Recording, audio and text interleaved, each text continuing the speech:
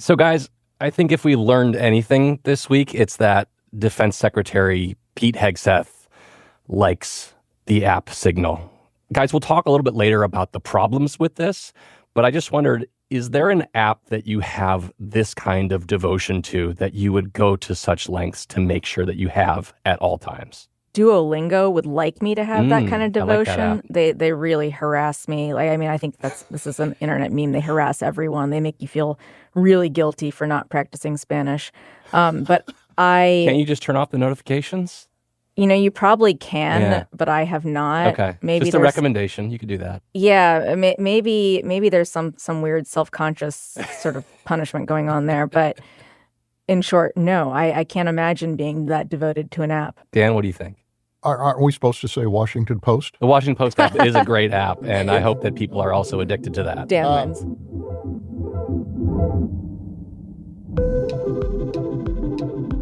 From the newsroom of the Washington Post, this is Post Reports. I'm Aaron Blake, senior politics reporter and host of our weekly Politics Roundtable. It is Friday, April 25th. I'm joined this week by national security reporter Abigail Hauslohner. Hey, Abby. Hello. And we're also here with the chief. That would be Dan Balls, the Post chief correspondent. Hey, Dan. Hi, Aaron.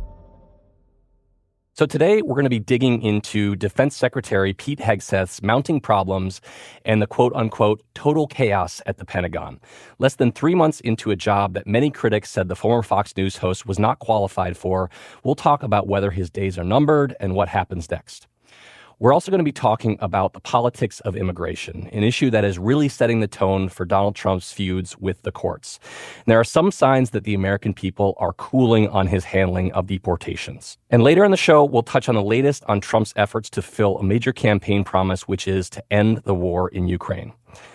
So guys, it feels like Pete Hegseth has been in the news every day this week. It's kind of been a steady drip, drip, drip of new revelations about what's happening. The big news is that we're learning about the second instance where Pete Hegseth used Signal and shared highly sensitive information about strikes in Yemen, this time not with Trump administration officials, but with his family members and a lawyer. He also had the Signal app installed on his computer in the Pentagon. Abby, can you just tell us, for people who aren't following this too closely, what's the problem with this? I mean, lots of people use Signal, right? Like, it's supposed to be somewhat more secure than your usual apps. So originally, this was a twofold problem. First, Signal is an unclassified messaging app. So the military, senior administration officials, especially in the national security space, normally, if they're exchanging sensitive or classified information, there are specific guidelines for how they do that. They're supposed to gather in a SCIF, that's a secure room that has been specially designed for the handling of classified information, or they're supposed to use a secure government-approved and set-up server or phone line.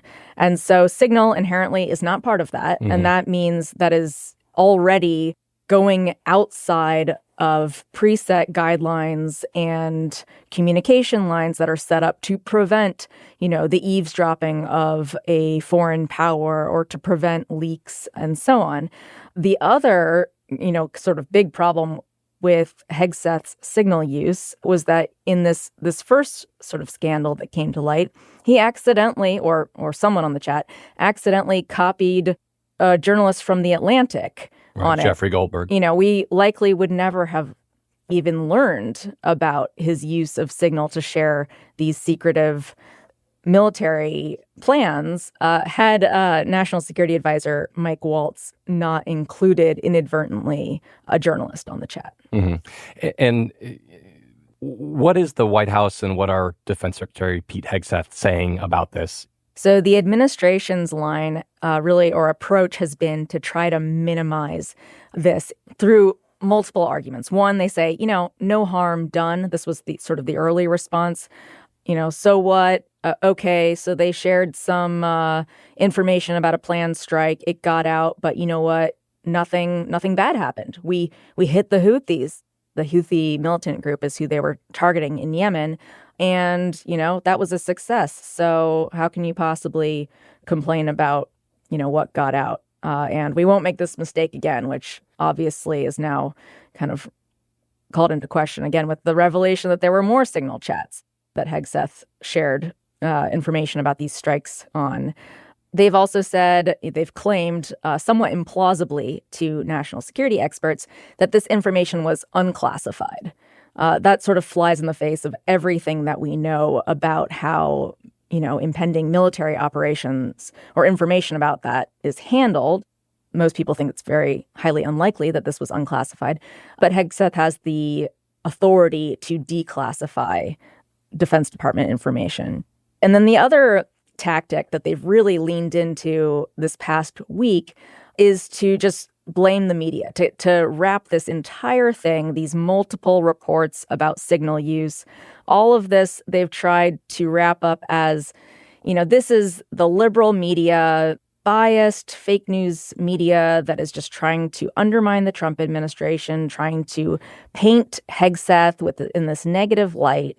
And so, we can just push all of that aside because that's what's really going on here. Right. This is a pretty familiar tactic from them when there's reporting on these things. But I think it's important to note that it's not just the reporting on Pete Hegseth's use of signal, and it's not just the media who is talking about things that are problems for him right now. The other big revelation this week was an op-ed that dropped over the weekend from a recent former State Department spokesperson who was a top aide to Pete Hegseth. And this is a spokesman named John Oliot. I believe I'm pronouncing that correctly. He wrote in Politico about how there has been, quote unquote, total chaos at the Pentagon in recent weeks. This ties to the removals of several of Hegseth's top aides who he had suggested might have leaked against him. But it was really striking to me that this guy came forward, a loyalist, a Trump loyalist, a Hegseth loyalist, somebody who has been close to the MAGA movement, decided to write this op-ed proactively and come forward with this stuff. What does that tell you about the situation that we're in right now? Well, I think it points to quite a bit of disarray at the Pentagon. And certainly, on Capitol Hill, I'm hearing privately, not publicly, for the most part, a lot of frustration among Republicans involved in the national security space who find all of this to be quite a bit embarrassing and distracting and would really wish that the scandals emanating from the Pentagon would just kind of stop. But all of these things taken together, I think, point to a really tumultuous situation and management system going on there. I mean, the administration obviously has not appreciated this, former employee speaking out. They've tried to sort of cast him and others as disgruntled former employees and, presumptive leakers who are just trying to get back at Hegseth and the administration for being fired. So, Abby, we've touched on the removals of several top aides at the Pentagon. Just to be clear, these are not Biden administration holdovers. These are people who were hired to work with Pete Hegseth, and they're very high-ranking people. Can you talk about who these people are, why they were removed, and what this says about the situation at the Pentagon? The people who have been fired, as you said, these are people who were brought in by the administration, by Hegseth, and that's what makes it all the more striking. They included former senior advisor Dan Caldwell, former deputy chief of staff Darren Selnick, and Colin Carroll, the deputy defense secretary's former chief of staff. Yeah, and then Oliot and his chief of staff, Joe Casper, have also left. They were not fired, but they have left their positions. Exactly. And Oliot and the three I just mentioned have all kind of spoken out, questioning their dismissal. Oliot has talked about this atmosphere of chaos in the Pentagon under Hegseth. The other three said that they were dismissed without being told why they were being dismissed or if there was any investigation into their involvement in any leaks, and they have categorically denied that they leaked anything. Mm-hmm. But, as our colleague Dan Lamoth reported, defense officials have described Hegseth becoming increasingly paranoid.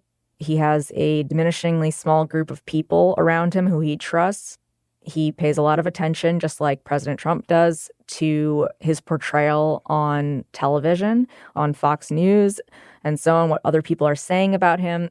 He is certainly aware that members of the GOP on the Hill, if not publicly, privately, I had Republican lawmakers and aides tell me just this week yeah, this latest signal stuff, it speaks to what we've always known about him, that, we never had faith in his competence. He's not qualified for this job. We're not going to come out and say it publicly at this point, but, no one really has faith in this guy. Yeah. And you sort of see that really bothering him in his defensiveness publicly. Dan, I think it's clear that Trump's approach these days is to dig in when something like this happened. That was certainly the case when the first signal reports came out and Jeffrey Goldberg from The Atlantic was included on them. There's been very little indication, at least publicly, that the administration is looking at replacing Hegseth. But I kind of wonder, from somebody with your view of history, how tenable of a situation is this for the administration right now? Like, aren't they looking at this and thinking, there's just going to be so many more problems, and maybe it's time to cut bait and avoid those things that are coming down the pike later on? Well, in the traditional sense, yes. Yeah. But there's nothing traditional about this administration or this president. And so I think we have to always stipulate to that he sees the world differently, he acts differently. But in your formulation of it and Abby's description of it, I mean, this is a kind of a classic Washington story that we're seeing play out. I mean, an official under attack, often for reasons of their own making, who attempts to dig in. Yeah, just to be clear, he said this information is not classified, but he's not denying these reports about his use of Signal broadly. No, he's just saying Signal is something that is an acceptable platform for us to communicate with one another, et cetera, et cetera. You would assume that at some point he will be gone. This notion of him complaining that there are disgruntled employees, they are disgruntled employees, and they are disgruntled for the reasons that they've been describing, which is that they see the top of the Pentagon in total disarray and infighting, and an agency of that significance and that size cannot operate indefinitely with that happening at the top. So the question is, how do they clean that up? If Hegseth is capable of bringing in a new team who can stabilize things and get him stabilized, then maybe they can survive it, and maybe Trump will stick with him. Trump expended so much political capital to get him confirmed. Right. His credentials were so thin for this job, and so many people did not think he was qualified for it. He's played into that criticism of him. So he's going to have to do something to suggest that he is capable of bringing this to a close. And so far, there's no evidence that he's able to do that. Yeah, Dan, I wanted to dig into that a little bit because I think to some extent the problem here is that everything that is happening with Hegseth right now is playing into this kind of pre-existing notion that he just wasn't qualified for this job. Hegseth is a former weekend host on Fox News. He did run some veterans advocacy organizations, but those organizations, according to reporting, had financial problems. There was allegations of mismanagement. And the Pentagon is just a huge bureaucracy. And I wondered if, the stakes of this and the idea that somebody who's running this organization is just not up to the task could lead people who are reluctant to act and try to push him out to maybe be a little bit bolder in trying to do that, even if not publicly, maybe privately, and saying to the White House, like, maybe it's time to move this guy along. I would say that the problem that the Republicans have, which is not unique to this situation, is their unwillingness or their fear of doing anything to cross the president. And as long as the president is sending out the signals that the White House is sending out, that he's standing strongly behind Hegseth, it's going to be very difficult for them to do that. Until the White House feels that this is causing them great problems, they may believe that this is kind of an inside the beltway issue, that this is not something that the American people are focused on or care that much about. And the question is, has that changed? Is there a wider group of people who think he is unqualified and therefore demanding that he be dismissed? So far, we're not seeing that. Doesn't mean it won't happen. Right. We should note that when Hegseth was confirmed, the vote was actually tied 50-50. It was a tie that was broken by Vice President J.D. Vance. The three Republican senators who voted against him all cited his lack of experience and expertise.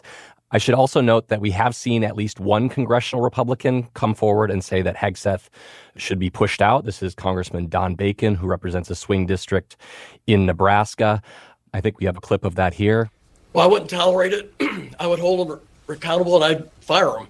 You can't put classified information, and I guarantee it, if you're talking about when you're launching aircraft to attack Yemen, and you do that 2 hours before the missions, that is classified. That's operational details. I guess, Abby, what are you looking for next in this situation? What are the next shoes to drop, and what are the big questions here? Well, I think you and Dan outlined it perfectly. The bar is very high for Republicans. A lot of them feel that way as to what they would actually speak up and challenge Trump on. National security, the economy, these are the two traditional things where people are willing to draw their lines. But, re-election is a really important thing to a lot of these people, or all of them. And where we have seen some Republicans speak up is where we saw the tariffs start to really piss people off in their home districts, freak out farmers, for example. But to the question of, how badly do you have to run the Defense Department or just American national security writ large to get Republicans to come out and really stand up and try to stop something for the sake of, say, American national security and a functional government, as opposed to for the sake of their next reelection, I think the jury's still out and we have no idea what that line is. Right. And especially these days, Republicans are really going to pick their spots in objecting to what Trump does. And it's a matter of prioritization. Which brings us to what we're going to talk about after the break, which is another big issue that has been roiling this week, immigration. We'll be right back.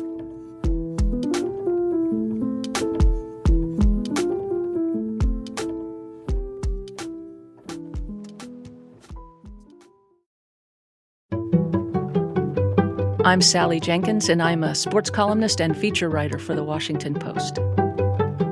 My job entails pulling the curtain on really big sports events, at what is going on in locker rooms, what's going on in the stadium tunnel, most importantly, what's going on in the minds of the athletes that I cover. I think that we have an instinct that sports are really important in some primal way. We pay a lot of money for them. We build really big stadiums for them. And I think that athletics really gets us in touch with aspiration and teach something very, very important about accountability, about self-determination. And so my job is to really make those links explicit for readers and users. Subscriptions support this work and the people behind it. Find out more at subscribe.washingtonpost.com. I'm Sally Jenkins, and I'm one of the people behind the Post.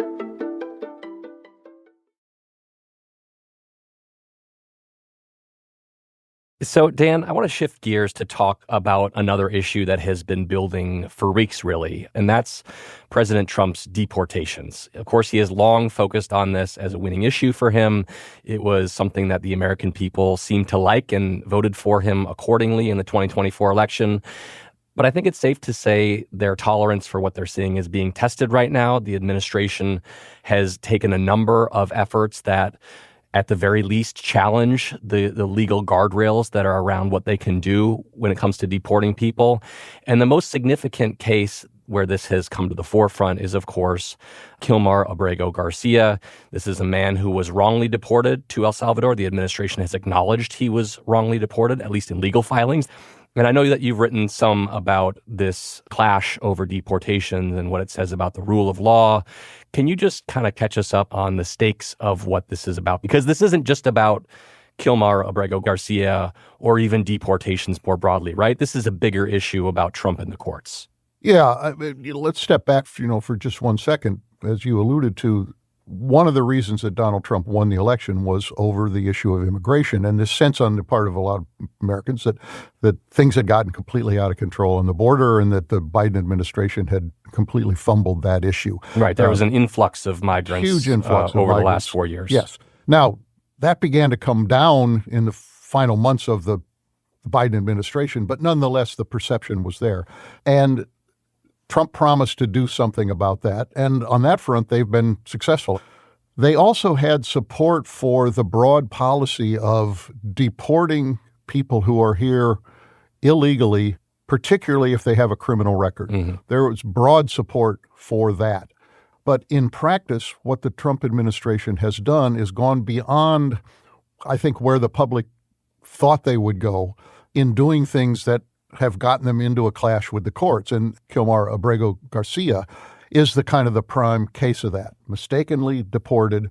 The administration has... To be clear, that he could be deported, but not to El Salvador, which is his home country. Yes. He had an order in place that said he could not be deported there because he faced a credible threat of danger in his home country. Correct. And they went ahead and did it anyway.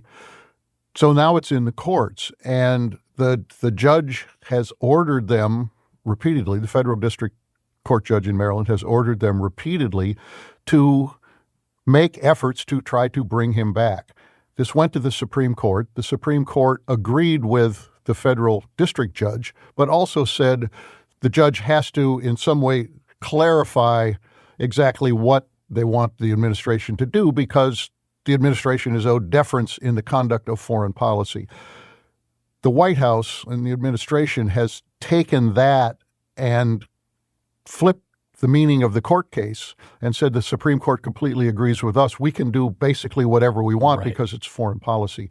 The administration is under orders to produce evidence of what they have done. They have continually refused to do that. They've been given a little bit more time to produce some evidence of what they have tried to do. But this does go to the question of, the rule of law. What can an administration do?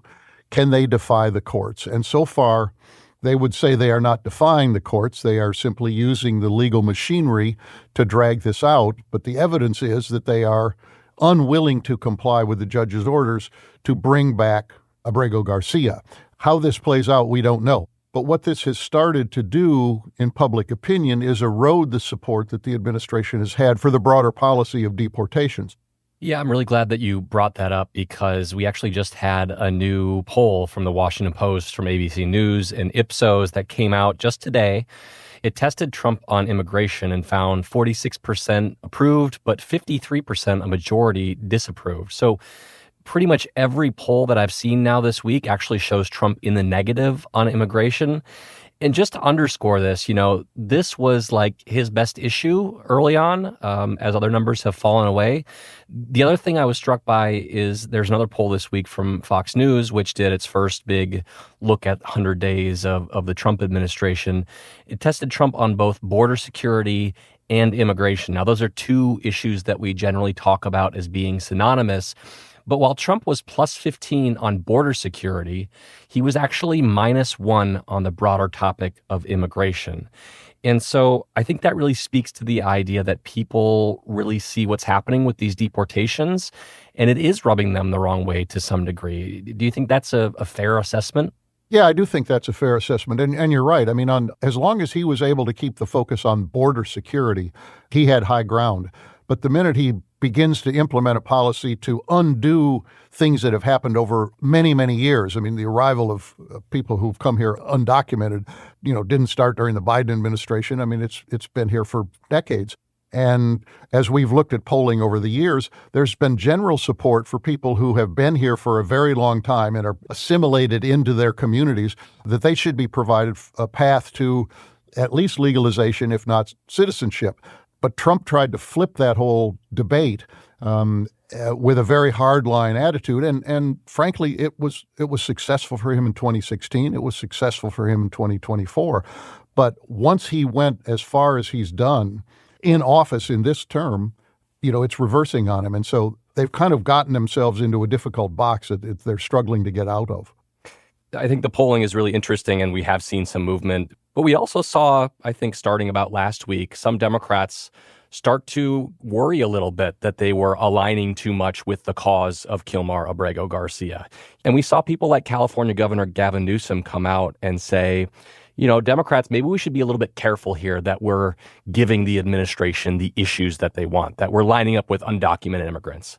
Is there something to this caution that Democrats were feeling, and has that gone away now that we've seen some of these surveys that suggest that the American people don't like what they're seeing with these kinds of deportations, or is this still kind of a live issue?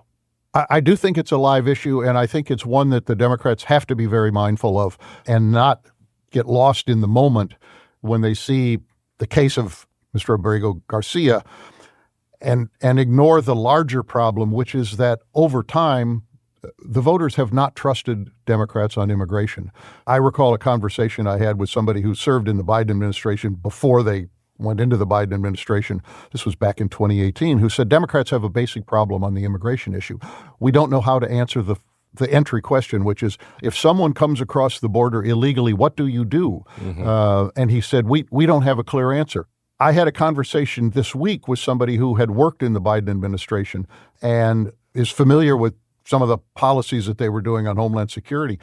His concern is that Democrats cannot win a debate if it is all about the rule of law. He said, once you are in a debate about the rule of law, as important as that is, it is something that only a portion of the American people really lock into and think about and talk about. Whereas the question of who's here illegally and whose side are you on is a different question. And his concern is that if you go too far in the defense of Abrego Garcia and lose sight of the broader question of legal or illegal immigration, there is a political price that can be paid for that. And that's what the Democrats have to reckon with also. So, Abby, before we go, I wanted to check in on another major issue this week, something we're seeing a lot of movement on, especially late in the week, which is Donald Trump's efforts to end the war in Ukraine. This is, of course, something that he said he would do on day one of his administration. He has since said that that was a joke. But clearly, this has been a major initiative. The administration came forward with a major plan this week that was basically a proposal for two sides. Then we saw Russia launch a major attack on Kiev. We also saw some major news on Friday morning involving an attack on a Russian official. Can you just catch us up on where this stands and what the prospects for peace are right now? The prospects for peace are not looking good. Trump has talked about a couple times about coming in and being the great peacemaker, not just between Ukraine and Russia, but in the Middle East as well. And he has not been able to accomplish what he suggested he would be able to. We've seen this sort of tough talk towards Ukraine. You know, initially it seemed like maybe it was having some impact. He sort of... Yeah, we had the Oval Office blow up with Volodymyr Zelensky, the Ukrainian president. That's right, where, you know, that marked a major shift in the U.S. approach towards this ally, Ukraine, who has been receiving U.S. military support in its war against Russia, which invaded Ukraine in 2022. And it seemed like maybe that toughness might have some impact. It seemed like Zelensky, the Ukrainian president, was potentially open to some sort of deal to allow the U.S. access to critical minerals in Ukraine. It seemed like he was interested in coming to the negotiating table, even after Trump and Vice President Vance had largely humiliated him in the Oval Office. Trump has also sort of boasted throughout this process, you know, that he can get a deal done, a peace deal done, because he has such a good relationship with Vladimir Putin, the Russian president. And then we see Putin's regime sort of publicly, you know, go and bomb Ukraine.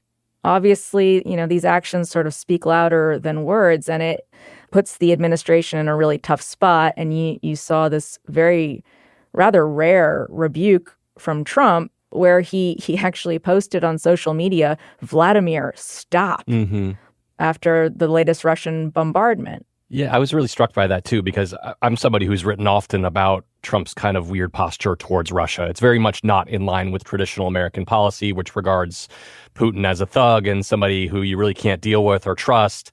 But Trump has, over the years, been a lot more critical of Volodymyr Zelensky than Vladimir Putin. I was struck by this because, yes, it was a criticism of Putin. He was saying stop, but it was also kind of like couched in strategic terms, like he was blowing up a deal. You know, Vladimir, you're kind of undercutting me in this effort to end this war. So I thought it was kind of interesting in that way. Like, it wasn't a complete departure from how he's talked about this before. Is that a fair reading? Yeah, I think so. I mean, I think that's where it really irks him, is if people who he thinks he is making headway with are then not appearing to not play along with his agenda. And that is frustrating, because I think he would like to be the peacemaker, or to have these big accomplishments that he can hold up and say, see, look what I did, particularly to contrast it with Joe Biden. The other thing that I was really struck by this week was, I believe it was Vice President J.D. Vance coming out when they debuted this peace deal, notably involved Russia getting Ukraine territory. Crimea would officially be Russian under this deal, or at least recognized as such, generally viewed as a pretty favorable deal for Russia. But J.D. Vance came out and suggested that this was the administration's final offer, I believe. Is that where we're at right now? Are they really ready to pull away from these negotiations, or do you view that as a negotiating tactic of kind of take it or leave it, and then if that doesn't work out, they'll just come back to the table? I think everything's a negotiating tactic, as we've seen. I mean, we nothing ever seems final with the Trump administration or often with politicians in general. Yeah. We've seen them go back and forth, make threats and then completely walk back in the realm of tariffs and in other policies. I can't imagine that this actually would be the final offer, but I think it speaks again to the administration's frustration that they are not where they thought they might be at this point. Yeah, and it's one thing not to get the war ended on day one, as Trump talked about on the campaign trail. It's another to fail to do that altogether, which would be a pretty big setback for his agenda. But that's all we have time for in today's episode. Thank you so much, Abby and Dan. Thank you. Thank you. After we recorded this conversation on Friday morning, we got some major immigration news breaking that we feel is important to share. Federal prosecutors charged a local Milwaukee judge with obstructing an immigration arrest operation. In court documents, they accused Judge Hannah Dugan of, quote, intentionally misdirecting federal agents who wanted to detain an immigrant who was set to appear before her in an unrelated proceeding last Friday. After the arrest, U.S. Attorney General Pam Bondi went on Fox News and connected the situation to the administration's broader criticisms of judges. Bondi said, quote, it doesn't matter who you are, you're going to be prosecuted. The judge faces felony counts of obstruction and concealing a person from arrest. Dugan's attorney said she protests her arrest and that it was not made in the interest of public safety. This is a developing story, and you can read more about it and find updates at WashingtonPost.com. Today's episode was produced by Laura Benshoff with help from Rennie Svirnovsky. It was mixed by Sean Carter and edited by Lucy Perkins with help from Rachel Van Dongen. Our team also includes Maggie Penman, Rena Flores, Ted Muldoon, Alana Gordon, Ariel Plotnick, Sabby Robinson, Emma Talkoff, Peter Bresnan, Renita Jablonski, Colby Itkowitz, Lahe Izadi, and Martine Powers. I'm Aaron Blake. We'll be back Monday with more stories from the Washington Post.